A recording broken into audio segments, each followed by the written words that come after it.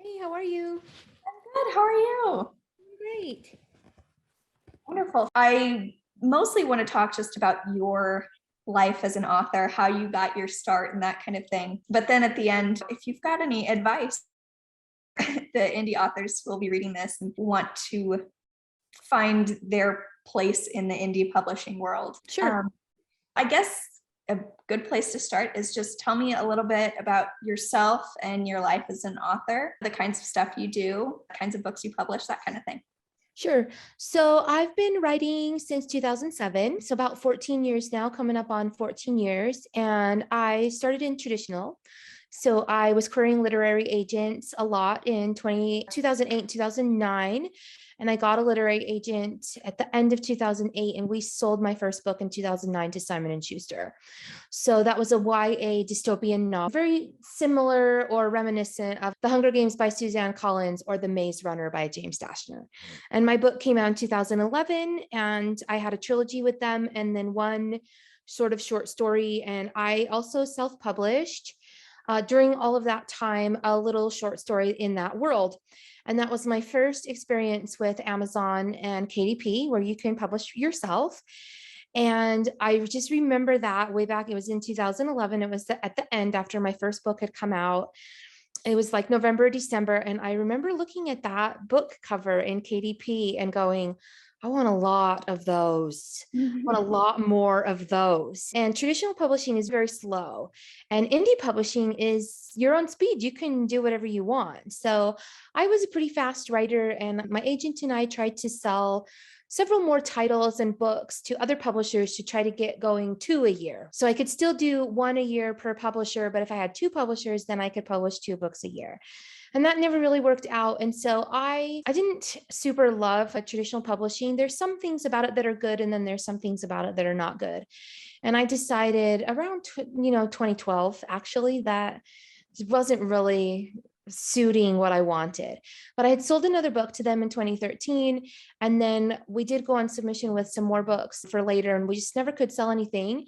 And so I just started self-publishing, and I really liked it. And I wasn't making any money because I don't know if you were around in 2014, but Chris Fox's Right to Market was not around. And all of the Facebook groups were not in existence, where we find out a lot of the information and we learn self-publishing. They did not exist. So I published a lot of my trunked novels that my agent and I had submitted and couldn't sell. I published those, and I've pulled all of those down now, so you can't even find them anymore. Everybody will be grateful for that. But I decided that I was going to try romance because all of my books, I was writing science fiction and fantasy, they all had a really strong romantic element, and I really liked that part of it. And romance, I'd read some articles about how digital it was. And I was like, okay, this is what I need to be doing for my ebooks. They should be romances. And so I started studying that, and I actually entered a Harlequin contest. And I got pretty far in that Harlequin contest, which really helped me believe that I could write a romance and gave me some confidence. And that was how Liz Isaacson was born. And so she came into existence in 2015 with that book. And I self-published that. And my goal was to do one every 3 months. It was actually about every 11 weeks. So I could get a pre-order link. At the time, Amazon only allowed a 12-week pre-order. So I did it every 11 weeks. I could have a pre-order link before the new release went live. And I started doing that. And that was my first real evidence and belief that I could make a living at self-publishing, because all of my trunked novels, I didn't make a very good living doing, but Liz Isaacson did. She did really well. And I just kept publishing under her. And in 2018, I cleaned up all of Elena's stuff and turned her into a contemporary beach romance author. So I publish under that name. And then I launched a pen name last year that writes women's fiction. And this year I launched a pen name that writes romantic comedy. So I have those four, and I write clean and wholesome romance, sweet romance, Christian romance, and then some clean and sweet women's fiction as well. That's what I do. Gotcha. Before I forget, could you go through your pen names and like which genres are which? That's a Yeah. lot of pen names to keep track of. Yes, there's a lot. So Elena writes the contemporary beach romance, and they can be anything as long as there's a beach at some point involved. So I've got billionaires, I've got some romantic suspense, I've got some Southern beach, I've got cowboys, like I've got some like paramedics, I've got stuff like that. It's all beachy, and I just try to be really beachy and fun and sunny there. Liz Isaacson, it writes only Christian cowboy romance, and it's contemporary. So that's a lot of C's in there. Contemporary Christian cowboys. That's all she writes. And Jessie Newton writes the women's fiction. So they're typically set on the Eastern Seaboard area. And I just launched Donna Jeffries this year, and she writes my sweet rom-coms. Gotcha. Yeah, I'm impressed. That's a lot of pen names. What kind of led you to creating all the pen names versus just lumping them all together under one or two? So the reason is I wanted to protect Liz. So Liz writes my Christian contemporary cowboy romance, and she was doing really well with that, really niched down. Every book is this. And then that way, everybody who gets into the brand knows exactly what they're going to get. But I don't want to write that same book every time. I do. I'm getting four readers under Liz. When I write as Liz, when the Liz hat goes on, they get the same reading experience every time. But I wanted to do other things. I love the beach and I live in a landlocked state. So I was like, I'm going to write beach romance. And so I've got some in Hawaii, some in South Carolina, some in like the Washington area, just because I love the beach. And I'm like, let's do beach. And so I did that under Elena, mostly to keep them separate because they're not Christian. So that right there is a pretty big, they are still clean and sweet, but it's still somewhat of a divide. I just got an email a few days ago from someone who emailed me to say, I unsubscribed from Elena's list because I'm really only interested in Christian fiction. So I'm on your list and those are the books I'm interested in. And I'm like, okay, great. So they know what they like. And a lot of people will read over, especially if it's clean and it doesn't have Christian content in it. But some people just want what they want. So I did that because they are a little bit different to me. And I didn't want to lump all of my beach billionaires in with my Christian cowboys. I didn't want those to necessarily be under the same name. And then women's fiction for me, when I started Jessie Newton last year, I was just doing Elena and Liz for a few years. And then last year I was like, there's this women's fiction trend going on right now that's really popular. People are selling these books. I had started a women's fiction a couple of years prior, and I'd only done about half of it. And I was like, I don't know if I like this book, and I've got to write another cowboy, so I won't write this women's fiction.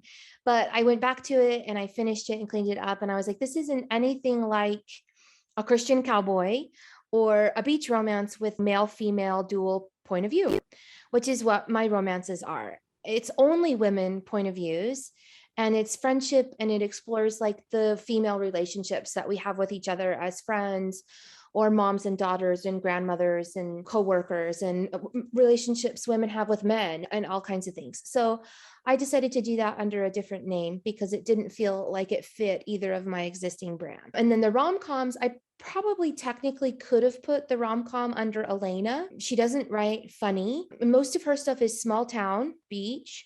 And so this is a city. And so that felt different to me. It is on the beach. It's in Charleston. So I probably could have put it there, but I thought I want to try launching a new name in this market and see how I do.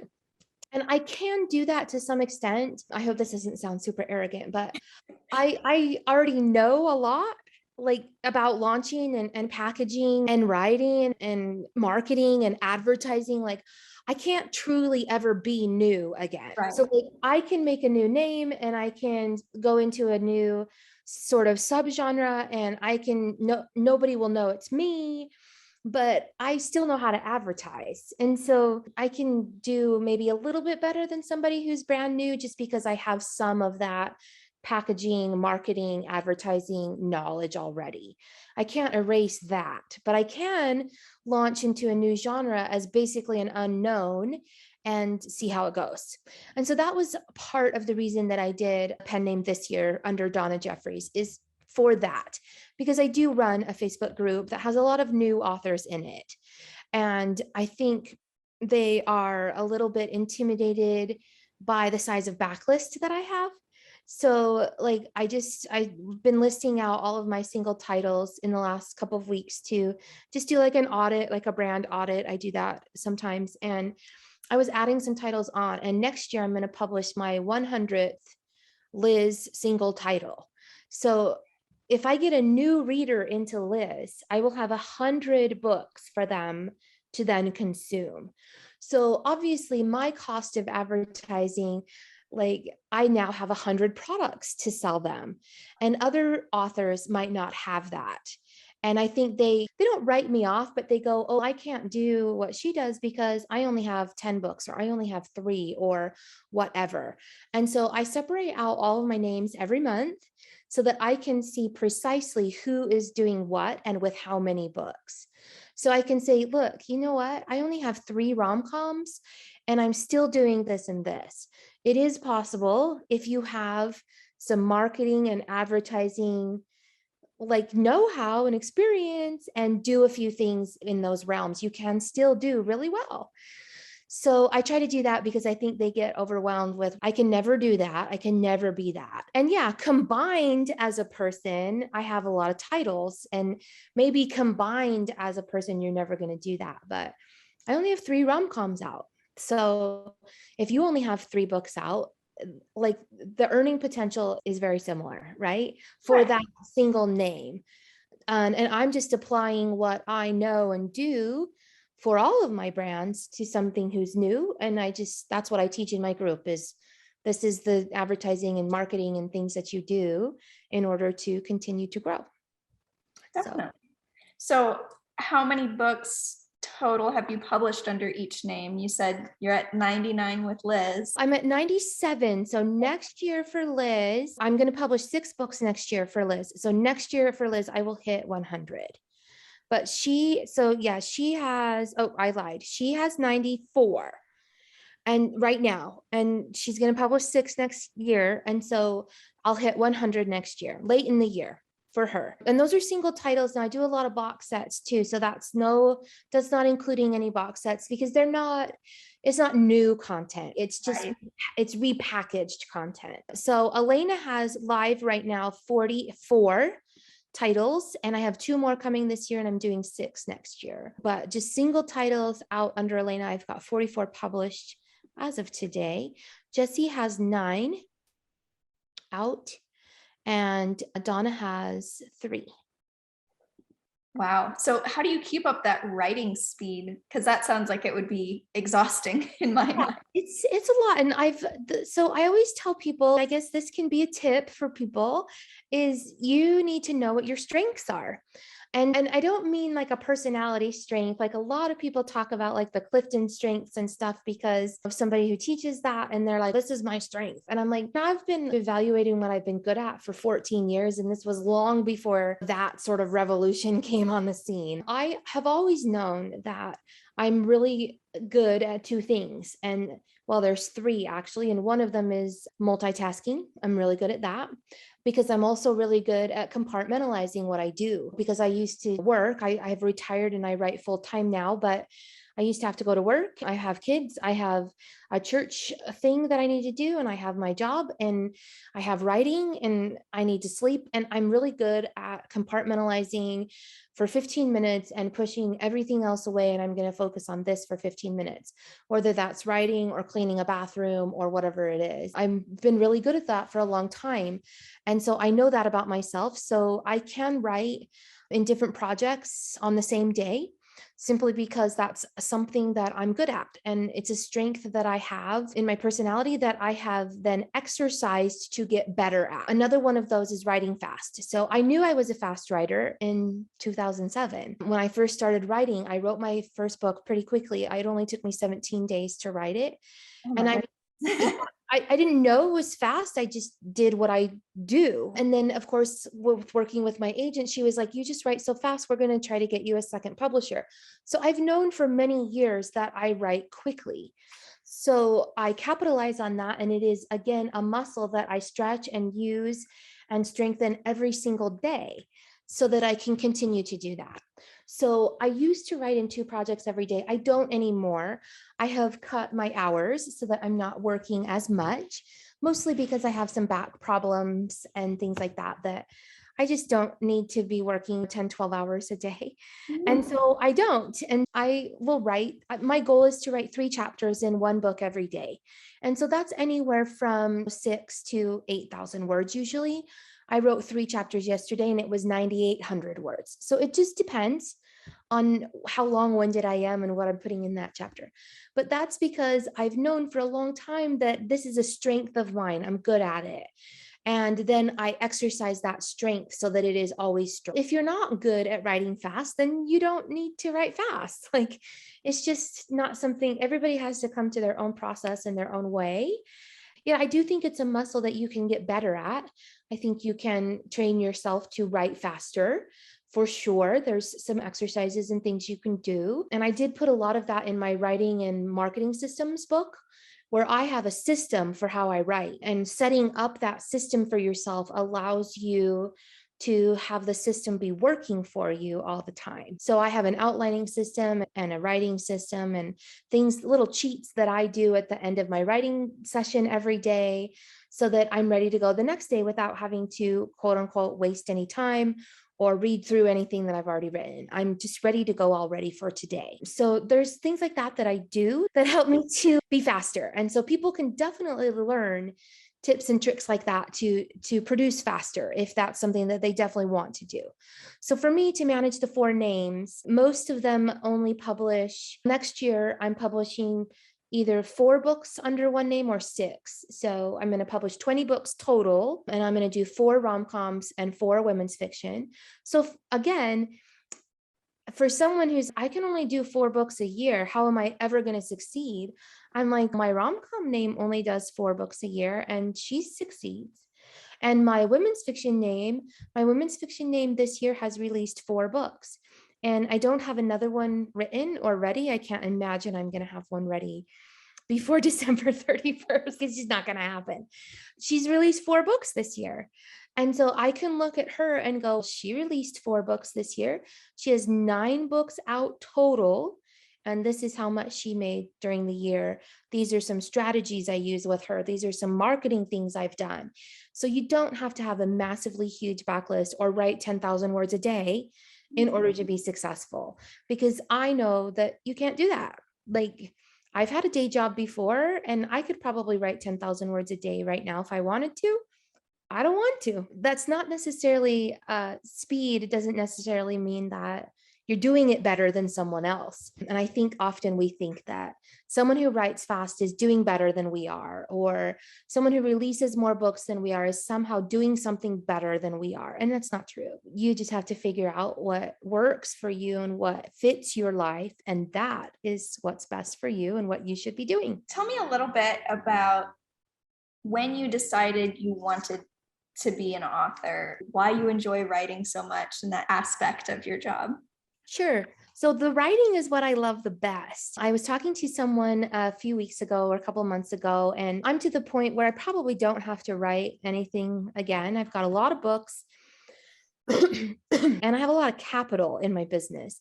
So really, I could just take the books that I already have and expand how they're distributed. And this person even suggested that I could bring on other people and act as a publisher instead of a writer.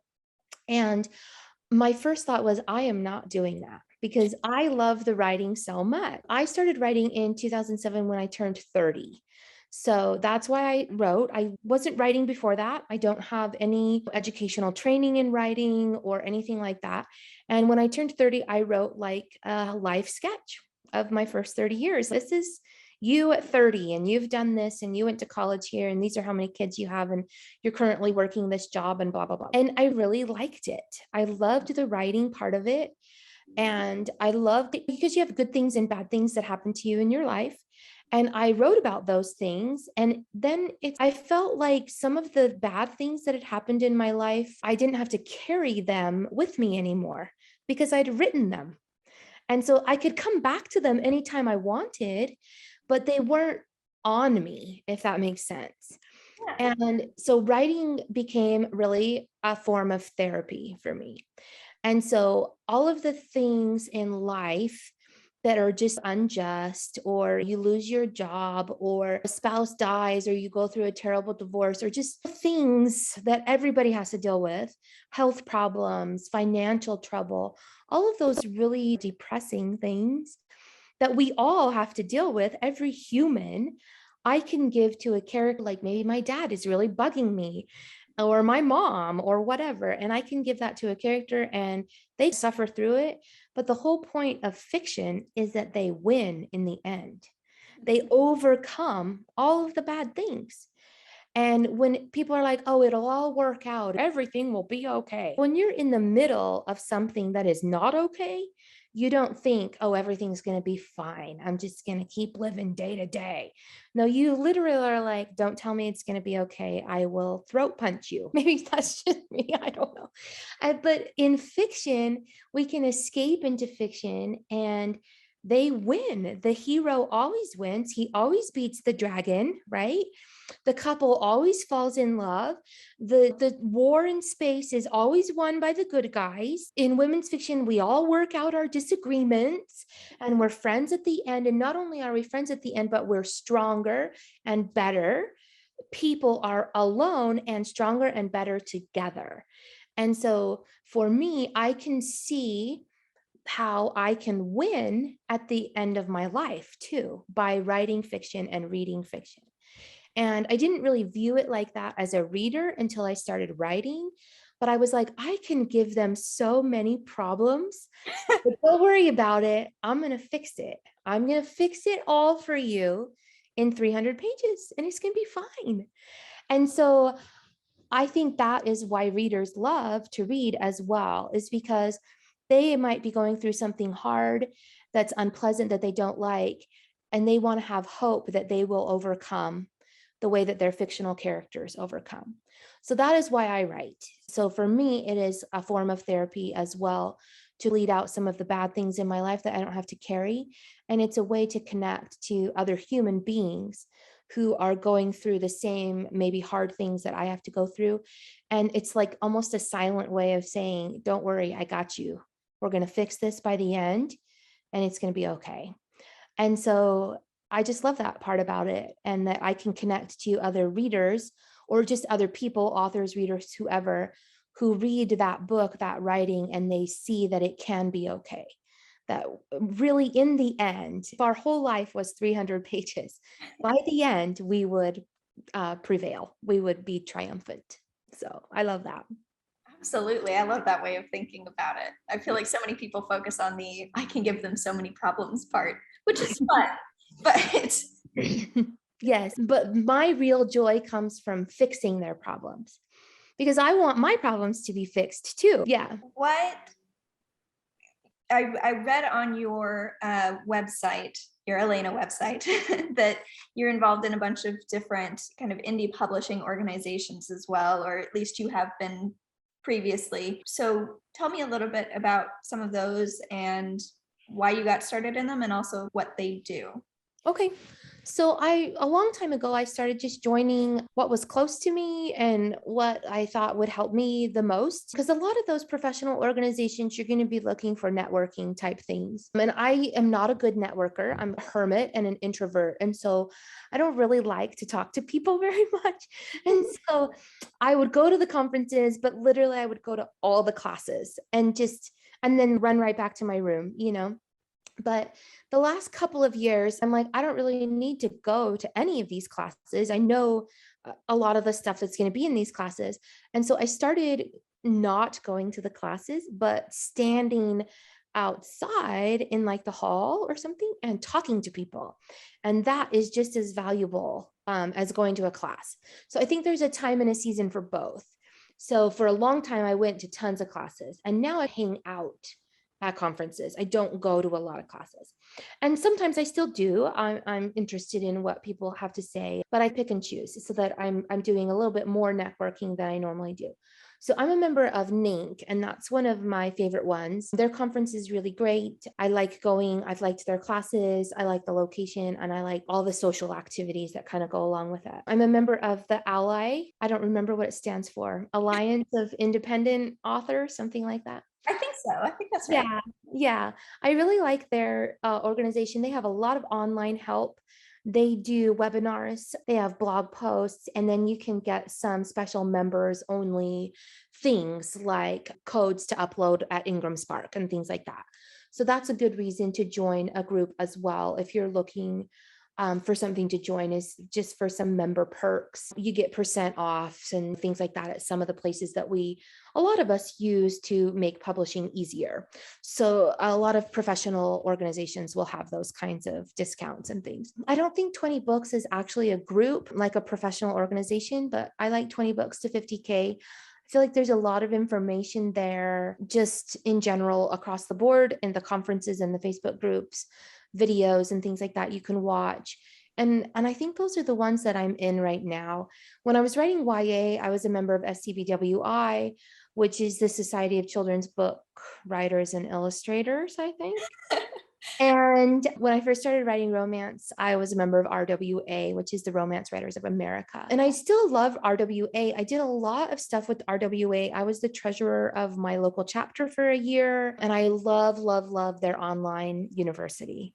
I still take classes from their online university, the RWA-U is what they call it, because there's so many things there for romance writers. And I've taken dozens of classes from chapters all over to just learn more about how to write romance and be better at it and write good characters and write amazing books. But I haven't renewed that membership for a couple of years. So I think I'm just in NINC and Ally right now. Gotcha. What about, tell me a little bit about the indie inspiration, or I think is how, I think that's right. I just joined like this week. So yeah, that's it. So a few years ago, I published a book called Writing and Releasing Rapidly because it was something that I do. And I thought, okay, what should I call this book, like a series? And I thought, I'll just call it Indie Inspiration. And so that's where that name came from. It's a couple years old. And that was it. I published a book. And in my TradPub days, I ran part of the Query Tracker blog. And so there was a forum on Query Tracker, and we posted a bunch of things for Query Tracker on their blog. And I had written a book about query letters. So that was something that I knew a lot about and could do. And so I decided to take that book and make it into writing cover copy for indies, because that's basically what it is. It's a query letter without all the extraneous parts. And so I put that in my indie inspiration series. And I was like, sweet, now I've got these 2 indie inspiration books. And then about 2 years ago, I was like, I should have a page so I can do some advertising or something. That was my thought. So I made an indie inspiration page on Facebook. And I named it Indie Inspiration with Elana Johnson, just because that way it's easier to find, because there's a lot of indie groups out there. And my name is really distinct. And I was posting some stuff on the page, but not really. And one day somebody said, this should be a group. And I was like, there's a billion groups out there now. And there's a lot of big time authors running these groups. And that's not me. And I'm not going to do that. But meanwhile, I'm trying to sell nonfiction to indies. And I would go into a lot of groups, and I found that I had a lot of things to say. As one does. And so I just felt I can type out this super Mongo long comment, or I can just put it in my own group. And so that's what I decided to do, is I decided to do my own group. And because often I find that I have a lot to say on a topic that either agrees with what other people say or it doesn't. And I didn't want to be super controversial in some of the other author groups. I didn't want to come across as like that person, and maybe we should mute her or kick her out because she just is. And so I was like, it's my group. I can say what I want to say. And so it started out just really small, and it didn't really take off until I published Writing and Marketing Systems. For some reason, and I published that book last October, so it's been out a year now. For some reason, that book was one that people were like, maybe she knows what she's talking about. And that is still debatable about any topic, because I listen to a lot of different people. And then depending on where I am mood-wise and career-wise, I get the information I need when I'm ready to hear it. So sometimes that voice is me and sometimes it's not. But for whatever reason, last year, that Writing and Marketing Systems book resonated with people. And that's when the group really started to grow. And then, so I wasn't even hardly posting anything in the group. It was just like a hit and a miss. If I felt like saying something, I did. This year, when I noticed the group just being bigger and more active, a lot of people in the group, I decided I need to start posting in the group. And so I did. And so I usually post 5 or 6 days a week. Sometimes I don't. This week I've posted once. I have ideas to post. I just haven't been able to get them out of my head yet. Sometimes that takes a little bit, but I have noticed that the posts that I get on and I'm like, okay, this is going to be controversial because you've heard this single thing for the last 5 years, and I'm here to tell you that it's not right or whatever. Those people really seem to like those because I think it gives them their feelings some validation. Like they also don't want to argue in reader groups or in author groups, but it doesn't always ring true to them, but they just don't say anything. And I'm in my group, I'm just saying it. And I think one of my major goals is to do exactly what the group and books are meant to do and what they're titled, and that is to inspire. They are for indie authors to be inspired. That's my goal, is for you to get inspiration. And I have a very risky personality, and I've made a lot of mistakes and tried a lot of things that worked and didn't work. So I have a lot of experience. And my goal is to tell you about all of those, good, bad, ugly, so that you will feel inspired in your own career to make mistakes or to experiment or to step outside of the box that other people are saying you have to stay in. And I'm the person saying, no, you don't. You can do whatever you want. And one of my major sort of thoughts always when I'm typing up a post, is this going to inspire somebody? Is this going to lead someone away from operating out of fear? We all operate our businesses out of fear in some regard, even me still. But I used to do it like 50 times more than I do now. And I've reached a point where I don't do that. I don't make business decisions out of fear anymore, but a lot of people still do. So my goal is to inspire them to make their smartest business decision, not necessarily out of fear or out of some other myth or something that someone said in some group, but to really think about it yourself and look at the numbers yourself and really do what you think is right, no matter what the consequences. That's what I think. And when I started doing that is when I grew the most.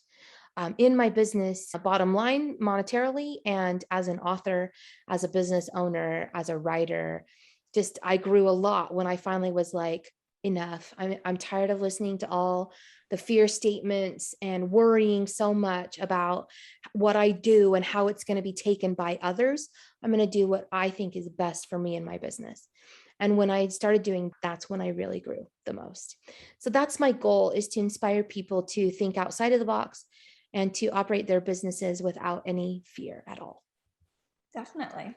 Yeah. So you talked about some of that kind of experimentation and stuff that you did, especially when you were first starting out. What's been the biggest challenge in indie publishing for you, but also what's been the most surprising thing that you found? Oh, the biggest challenge. Oh, that's a hard one. The biggest challenge is honestly keeping up with everything that changes. Everything changes all the time. And, or there's something new that comes on to the platform that you're then like, now I have to do that too. Just a simple one would be like the new A+ content on KDP.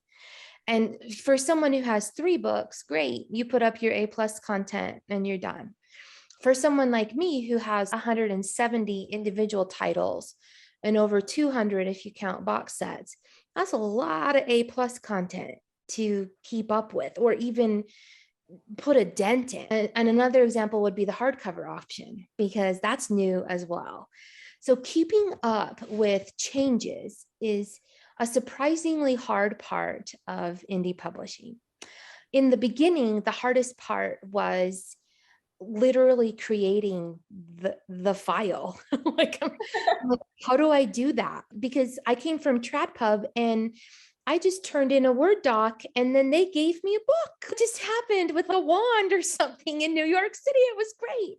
And so like like going, what do I need? I need to have a cover and it has to have these specifications, and I need a file. And these are some best practices to put at the beginning of your file and the end of your file. For me in the beginning, that all of those sorts of really technical things behind the scenes were the most difficult. At this point in my career, it's keeping up with things that come out that are new or that change, new retailers or something like that. So another example, I just signed up for Publish Drive, which I've been distributing through Draft to Digital for a while, but Publish Drive will send things to even more places. So it's okay, well, that's another place to put my wide books. Just the myriad of options that you have as an indie publisher can be very overwhelming. And then as things change and more things are added, that it just increases the challenge. Absolutely. What about most surprising thing? I was going to say, I forgot the other part of the question. Okay. The most surprising thing I think for me is that I can make a living doing this, because I started self-publishing, like I said, my fantasy, my dystopians, my science fiction novels in 2014 and most of 2015. And I didn't make any money, like none. And that was the emerging phase of Facebook groups for indie authors. And I knew a few people who had done some indie books in like 2012 and 2013. And they were like, I make so much more money self-publishing. And I was like, you are a liar. That is not true. I don't believe it, because I was not doing that. That was not my experience. And so this, of course, is going to be very experience-based, right? I'm sure people could listen to me say, you can make a living at this, full-time living. And I've got friends who are like, maybe you can, but I didn't. So for me, that is one of the most surprising things. And I think it goes along with what I'm going to say next is I am making a very good full-time living doing this. And that to me is surprising. And what is as equally surprising is that not everyone can do it. That sounds terrible, but you would think that if one thing worked for one person, it would work for a large percentage of people. And I have found in indie publishing that is just not the case. That's why every post that you see people put up is your mileage is going to vary. You have to try it for yourself. I did XYZ exactly like big author A, and I didn't get the same results. And so it can be a very frustrating part of indie publishing. And even for me across my own catalog, I have books that sell really well and books that don't. And I'm like, why? What am I doing? Why is this like this? Like, why can't I replicate it the same every time? So that the success I see with one name, I should see across all names. It's me writing all the books and it's me advertising all the books. But even within like my Elana brand, I have books that I can't even give away for free. And then I have books that sell really well. So that is a surprising part of it, is that some things really do just sell better than others. And the frustrating part is you don't ever really know what that's going to be until you do it. And then you're like, oh, okay, this is not one of those things. Or you go, oh, this is one of those things. And it's surprising. Exactly. So, yeah. So then what advice do you have for authors just in general, but also this is part of the launch strategies issue. So about launching and marketing and kind of trying to find the stuff that does work versus am I just not, marketing it correctly? So I think one of my best pieces of advice for people who are creating books and then want to launch and release those books into the current market is to make sure that you are paying attention to craft. So I can market a book all day, every day, and get people into it. If I don't deliver to them a satisfying reading experience that fits their genre expectation, they're not going to read on to the next book. So the craft part of what we do, not very many people talk about it, but it is a crucial part of launching and selling your book, because you have to, if I put my book in clean and wholesome romance or later in life romance or romantic comedy, Just by those big categories, I am making a promise to the reader about what kind of book they're going to get. So if I put my book in military sci-fi or space opera, or I put it in fantasy, or I put it in cozy mystery pets, there better be a cozy mystery with pets, right? And not only that, but authors need to know what kind of characters should be in those books so that they deliver to readers the type of reading experience they want. So, for example, one I see quite often, because I write clean and wholesome, so I know a lot of authors in clean and wholesome, is we'll get somebody who tries to come over to clean and wholesome who tries to write an alpha hole in clean and wholesome. Well, our heroes are not alpha holes. And so they're really not. They're cinnamon rolls. They're the boy next door, right? They're beta heroes. They're not alpha heroes. So if you write an alpha hero in clean and wholesome romance, you're not delivering the reading experience that clean and wholesome readers want. So, and they've been provided that throughout many years and from the trad industry and then from the indies who have fallen into providing that content for them. So you have to know that in your cozy mystery, you need an eccentric woman who loves cats and probably owns a tea shop or something like that. And she's always dating a law enforcement officer, always. I'm not going to try to make mine stand out by having her date like the mayor or something. They date law enforcement. That's what they do in that book, in those genre style of books. So you need to, and if you can deliver that reading experience, that's what you are crafting. So you're not crafting characters, you're not crafting plot, you're not crafting the actual construction of sentences. I think authors need to start thinking of themselves as creators and crafters of reading experiences. And you have to provide the reading experience that reader wants from that genre. And if you can do that, then all the people you get into your books will read on. So then that way your backlist is working for you, or the series itself is working for you. So typically when I have not done a very good job, that's why I have a book that doesn't sell as well. So it might be an unpopular trope, it might be an unpopular hero type, anything like that. And it might not be popular now, it might swing around later, but for right now, it's just really not doing anything. So that would be one tip, is you have to deliver the reading experience that readers want. That's your job as an author. So how do you do that as an author? Is you study the market and you read in your core market. I spend time on the retailers.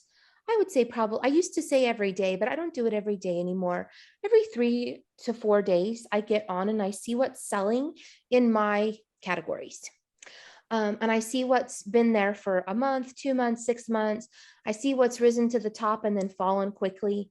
And so I know that when certain people release books, they're going to go right to the top and it lasts 4 or 5 days and then they drop out. Okay, great. Or I will see someone rise up to the top at a 99 cents and I'm like, I bet that's like a book bub. And then, yep, they drop right out.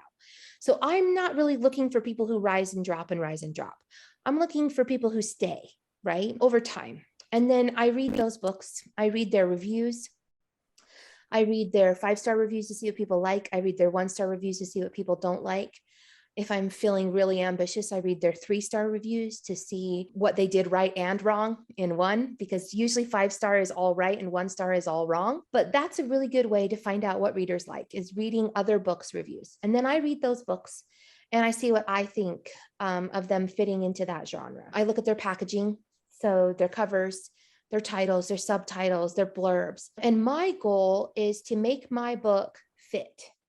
It's not to make my book their book. So I'm not going to use the same stock photos as them. I'm not going to use their name. I'm not going to use their title. It's really hard if we're writing books about cowboys. Obviously, everybody wants to have the word cowboy in their title. I do. I've got cowboy in like 1,000 titles, but I would not use the same exact title as somebody else. I just wouldn't do that. I want my book to fit. I don't want it to be a copy. I want them to exist side by side so that when someone goes, oh, I read this one, ooh, I bet I'm going to like this one because it looks just like the one I read that I liked. I don't want them to go, I liked this one and oh, this one has the same time. Maybe it was this one I liked. I don't know which one I liked. And then I don't want that. That's not my goal. As an author, my goal as an author is to provide a good reading experience and make my packaging fit into the market in a way that is authentic to my book and authentic to my story and my brand, but while still being sellable as possible. You're going to have repeat titles sometimes. It's just how it is. But when I'm looking at titles right now, I do search first. And if I have the perfect title and I absolutely cannot change it, I will still change it because I don't want mine to be exactly the same. And what we're doing with a cover is telling a story. So it doesn't need to be the same stock photo and it doesn't need to be the same title. It needs to elicit the same feeling. You need to elicit a reader's feelings that tells them this book is going to be a good reading experience because it looks like this one. So my job as an author in the packaging side is to make my book look like it's going to deliver the reading experience that people want.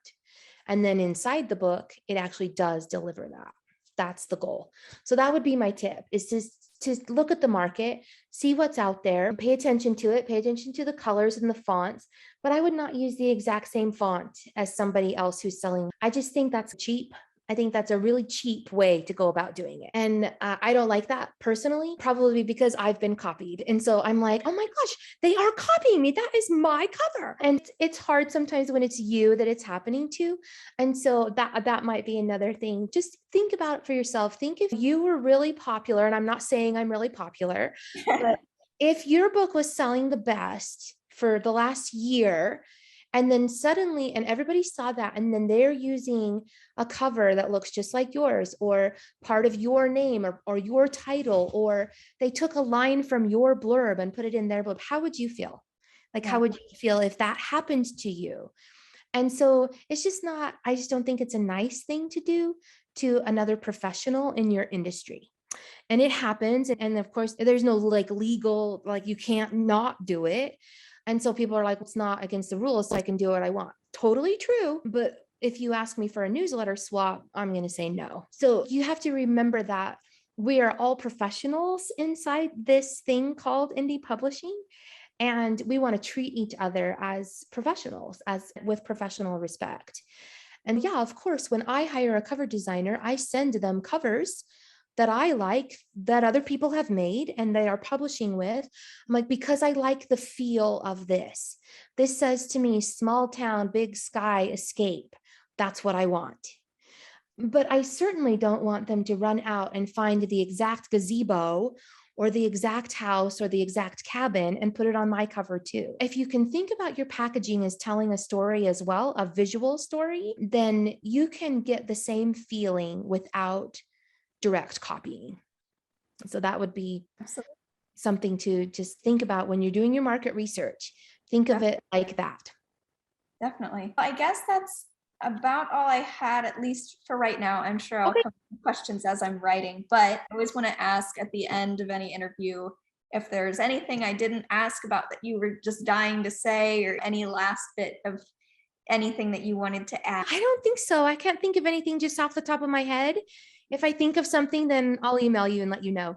Thank you again. I'm very excited to write this, and also to probably poke around on your indie inspiration page and your Amazon pages. Just Google, just search for rant and indie inspiration. Those are the ones people seem to like. I'm like, why do you like it when I rant about stuff? But they seem to. So anyway, thank you. I appreciate it. And good luck with the writing of it.